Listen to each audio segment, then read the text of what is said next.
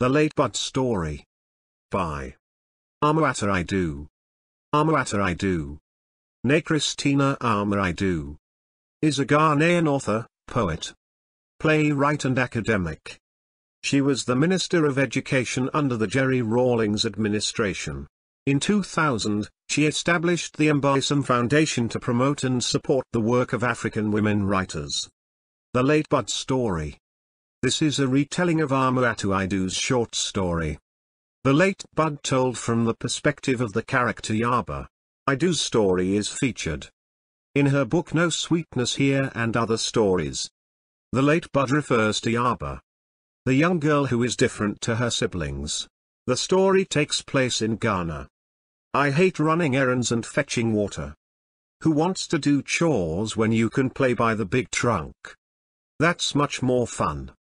Besides, my sister Aidoo always does all the chores. She loves being the good girl. Let her do it. That's what I always say. But then one day, the Saturday before Christmas, I overhear Mommy talking to herself. She goes on and on about how she needs some red earth to varnish the floor. I think maybe I'll get it for her as a surprise. The idea of it makes me happy. I know my friends Kakra and Panyin are going to the pit the next day to get some red earth for their mothers. So I tell them to wake me so I can go with them. I can't wait to see the look on Mommy's face. But then when I get home that night, Mommy's face looks angry. She starts yelling at me and lecturing me about how I play too much and never do my chores like a proper girl. I don't even look at her. I just eat my dinner as fast as I can and go to bed. But, Mommy doesn't let up. Later that night, she comes in and starts beating me. She calls me good for nothing and a witch. I can't believe she's saying these things to me. I'm hurt. But I don't cry. I'm too angry. I don't want to give her the satisfaction. Let her beat me. See if I care. Finally, she stops and lays down next to my brothers and sister. That's when I start to cry, when I see my good girl sister Aidoo lying there asleep.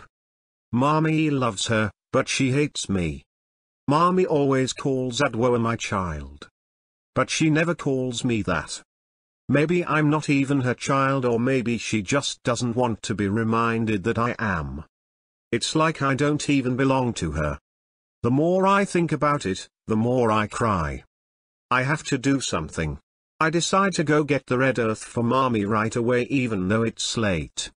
I'll show Mommy I'm a good girl. I go looking for Aidoo's hoe so I can dig up the earth. But it's the middle of the night and the hoe is on the bamboo shelf. I feel around for it, but then I trip over a water bowl.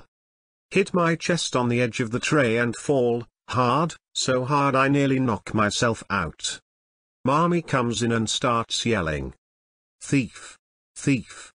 I'm so dazed I don't know what's going on. When she sees me lying there on the floor, she starts yelling at me again about waking her up. If I'd have been more coherent, I would have started crying right there on the floor. But, the other mothers hear my mother screaming and they come running. They fuss over me. And Mommy calls the medicine man. The medicine man wraps my chest in all kinds of herbs and I fall asleep. When I wake up, I think I hear Mommy calling me my child like she does to Aidoo. I think I must be dreaming or delirious, but she says it again. I can't believe it. Can I really be her child? I think she must have seen the hoe or talked to Kakra and Panyin. My child. My child. She says it again and again. I'm wrapped in herbs. My chest hurts and I'm dazed. But, I feel wonderful. I am Mommy's child, too, finally. At last, I am her own, just like Aidoo. The end of the story is also interesting as Mommy finally calls Yaba my child. She can see that Yaba was only trying to help her and that Yaba is not all bad. Any misunderstanding that Mommy had about Yaba is gone. There is also a sense of connection while Mommy is holding Yaba. A bond that was not previously there has been formed. Mommy wants to take care of Yaba because she knows she's sick and tells Yaba's friends that Yaba cannot go and get the red soil with them. The red soil may also be symbolically significant, as some traditions believe man and woman come from the earth. By having Mommy being proud of Yaba's intentions, they are both brought together by the single act of Yaba wanting to help get the red soil in order to help her mother. By ending the story with a resolution, Aidoo manages to leave the reader thinking as though all familial conflicts can be resolved. All it takes is a bit of wisdom and love. End of the summary. Thank you. Thank you.